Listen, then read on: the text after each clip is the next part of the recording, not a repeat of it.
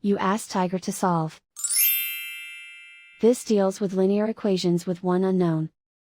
The final result is x equals -20. Let's solve it step by step. Group all x terms on the left side of the equation. Subtract 10x from both sides. Simplify the arithmetic. Group like terms. Simplify the arithmetic. Isolate the x. Divide both sides by -6.5. Cancel out the negatives. Simplify the arithmetic.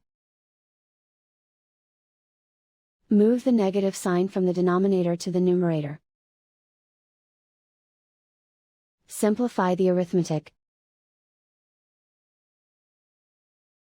And so the final result is x equals -20.